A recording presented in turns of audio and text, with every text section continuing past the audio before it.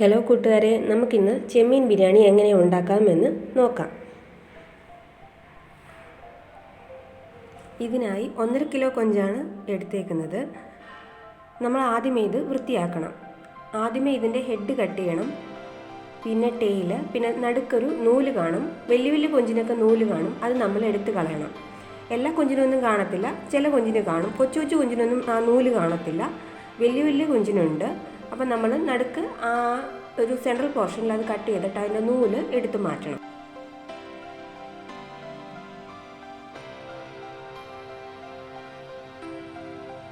നമുക്കിതിലേക്ക് പൊടി ചേർത്ത് കൊടുക്കാം. ആദ്യമായി നമുക്ക് 1/2 സ്പൂൺ മഞ്ഞൾപ്പൊടി, 2 സ്പൂൺ മുളക് പൊടി, പിന്നീട് നമുക്ക് 2 സ്പൂൺ കുരുമുളക് പൊടി 2 സ്പൂണ്, പിന്നീട് നമുക്ക് ജിഞ്ചർ ഗാർലിക് പേസ്റ്റ് 1 സ്പൂണ്,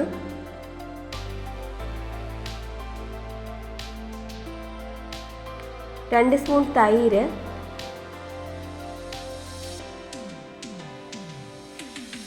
പിന്നീട് നമുക്ക് ഇതിലേക്ക് നാരങ്ങ നീര് ചേർത്ത് കൊടുക്കാം. 1/2 നാരങ്ങ ചേർത്ത് കൊടുക്കാം.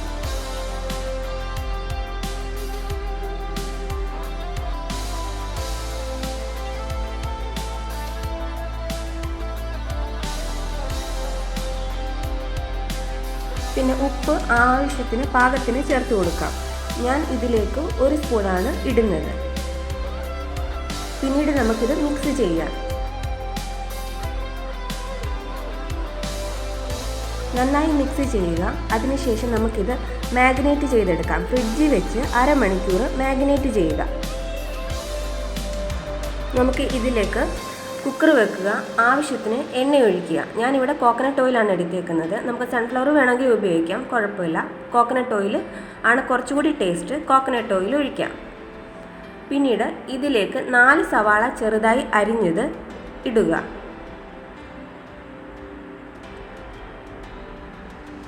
നന്നായി കാരമലൈസ് ചെയ്യുക.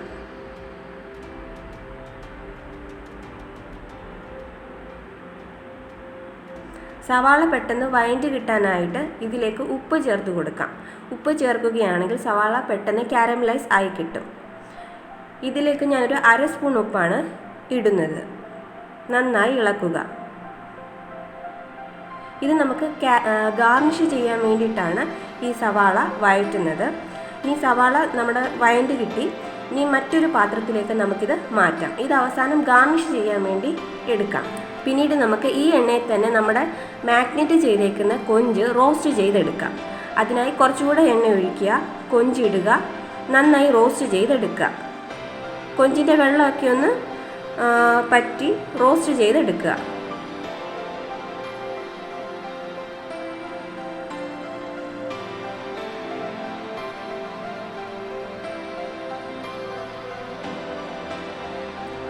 ഇതിലേക്ക് വെളിച്ചെണ്ണ ഒഴിക്കുക.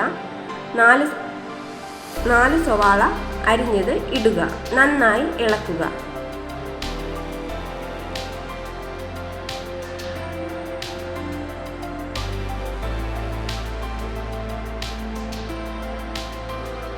ഇതിലേക്ക് 2 തക്കാളി അരിഞ്ഞത് ചേർക്കാം. നമുക്ക് സവാള ഒന്ന് കാരമലൈസ് ആയതിനു ശേഷം വേണം ഈ തക്കാളി ചേർക്കാൻ.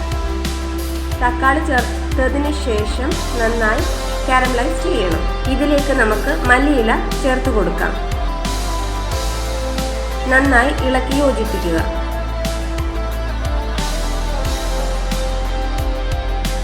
ഇതിലേക്ക് നമുക്കിനി പൊടി ചേർത്ത് കൊടുക്കാം.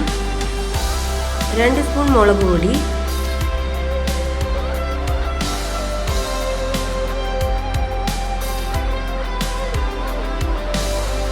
1 സ്പൂൺ കുരുമുളക് പൊടി,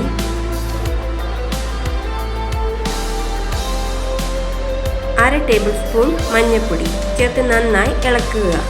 പൊടിയുടെ പച്ചമണം ഒന്ന് മാറി കിട്ടുന്നിടം വരെ ഇളക്കുക.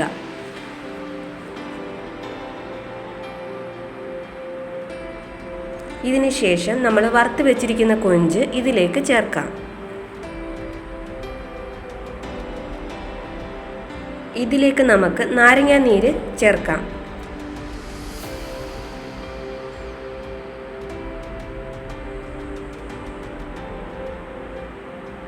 തൈര് 3 ടേബിൾ സ്പൂൺ ചേർക്കാം. നന്നായി ഇളക്കി യോജിപ്പിക്കുക.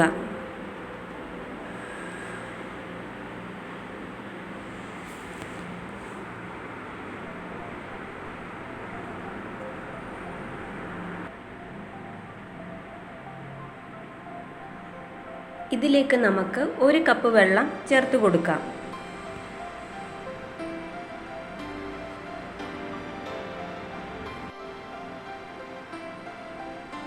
വെള്ളം നന്നായി തിളയ്ക്കുമ്പോൾ നമുക്കിതിലേക്ക് അരി ചേർക്കാം.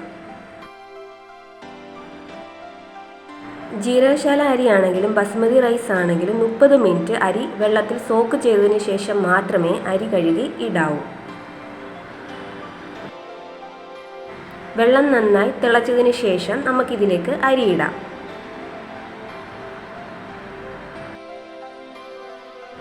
നമുക്കിത് 2 രീതിയിൽ വേവിച്ചെടുക്കാം. ഒന്നുകിൽ മീഡിയം ഫ്ലെയിമിൽ 10 മിനിറ്റ് വേവിച്ചതിന് ശേഷം വിസിലിടാം.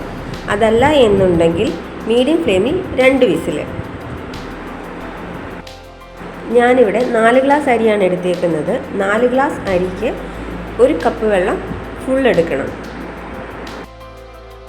നമുക്കിനി ഇതിലേക്ക് ഉപ്പും മല്ലിയിലയും ചേർത്ത് കൊടുക്കാം. ഉപ്പ് ആവശ്യത്തിന് ചേർക്കാം. ഞാനിവിടെ 2 ടേബിൾ സ്പൂൺ ഉപ്പാണ് ചേർത്തിരിക്കുന്നത്. മല്ലിയിലയും ഇടുക. നമുക്കിനി ഇത് അടച്ച് വേവിക്കാം. ഞാനിവിടെ വിസിലിടാതെ അടച്ചു വെച്ച് 10 മിനിറ്റ് വേവിച്ചു. പാത്രം അടച്ചു. വിസിലിടാതെ 10 മിനിറ്റ് വേവിച്ചു. ആവി വന്നതിന് ശേഷം വിസിലിട്ടു. ഒറ്റ വിസിൽ വന്നു കഴിയുമ്പം ഫ്ലെയിം ഓഫ് ചെയ്തു. ഒന്നുകിൽ ഇങ്ങനെ ചെയ്യാം. അതല്ല എന്നുണ്ടെങ്കിൽ പാത്രം അടച്ചിട്ടൊരു 2 വിസിൽ വെക്കാം.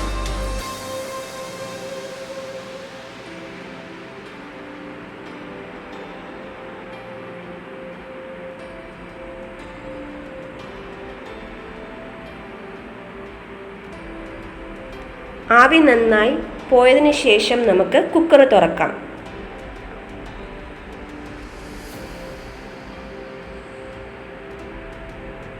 നമ്മുടെ പ്രൗൺ ബിരിയാണി ഇവിടെ റെഡിയായി. നമുക്കിനി ഇതിനെ ഗാർണിഷ് ചെയ്യാം.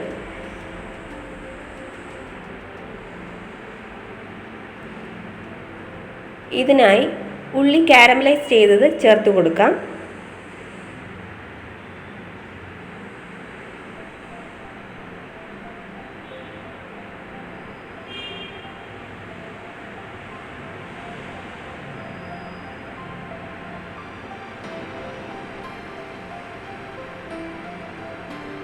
എല്ലായിടത്തും നന്നായി സ്പ്രെഡ് ചെയ്തതിന് ശേഷം ഇതിലേക്ക് നമുക്ക് മല്ലിയിലയും ചേർക്കാം.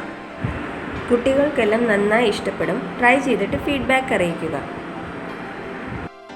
ഇഷ്ടമായെങ്കിൽ എൻ്റെ ചാനൽ സബ്സ്ക്രൈബ് ചെയ്യുക, ലൈക്ക് ചെയ്യുക. താങ്ക്